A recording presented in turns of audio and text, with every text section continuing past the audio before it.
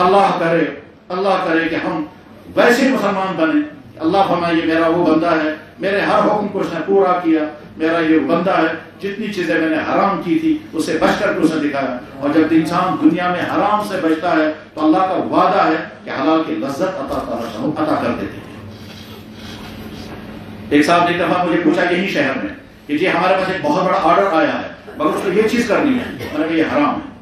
کہنے لگے جی آرڈر بہت بڑا ہے اور پیسہ بہت بچے گا. میں نے کہا حرام ہے یہ آپ نہیں کر سکتے.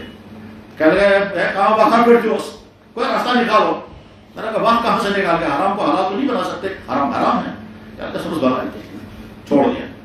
1.5 یا 2.5 مہینے گزر گئے ان کے بعد دوسرا آرڈر آ گیا اور جتنا پہلے آرڈر سے حرام ذریعے سے ان کو پیسہ کمانا تھا اس سے تقریباً 30 گنا زیادہ نئے آرڈر سے اس نے پیسہ کما لیا اسی شہر میں.